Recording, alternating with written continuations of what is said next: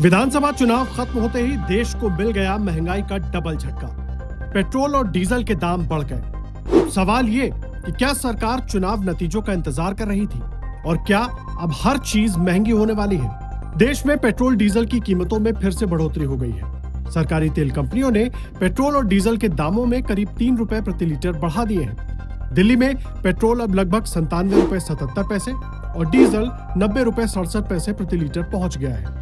लेकिन सवाल सिर्फ 3 रुपए का नहीं है। सवाल है उस महंगाई का जो अब हर घर तक पहुंचने वाली है, क्योंकि भारत में ट्रांसपोर्ट का बड़ा हिस्सा डीजल पर चलता है। यानी डीजल महंगा तो ट्रक महंगे तो सब्जी, दूध, राशन, सीमेंट, दवाई सब महंगा। यानी आने वाले दिनों में आम आदमी की जेब पर सीधा असर पड़ सकता है। अब समझिए सरकार ने दाम क्यों बढ़ाए। दरअसल पश्चिम एशिया में तनाव और कच्चे तेल की कीमतों में भारी उछाल के बाद सरकारी तेल कंपनियों पर दबाव बढ़ रहा था। रिपोर्ट्स के मुताबिक तेल कंपनियों को पेट्रोल और डीजल बेचने में नुकसान हो रहा था। सरकार इससे पहले एक्साइज ड्यूटी में बदलाव करके दाम रोकने की कोशिश कर रही थी, लेकिन अब कंपनियों ने सीधे कीमतें बढ़ा दी। लेकिन सबसे बड़ा सियासी सवाल टाइमिंग का है। विधानसभा चुनाव खत्म होते ही दाम बढ़ गए और अब विपक्ष सरकार पर हमलावर है। कांग्रेस ने हमला बोलते हुए कहा, चुनाव खत्म, मोदी की वसूली शुरू।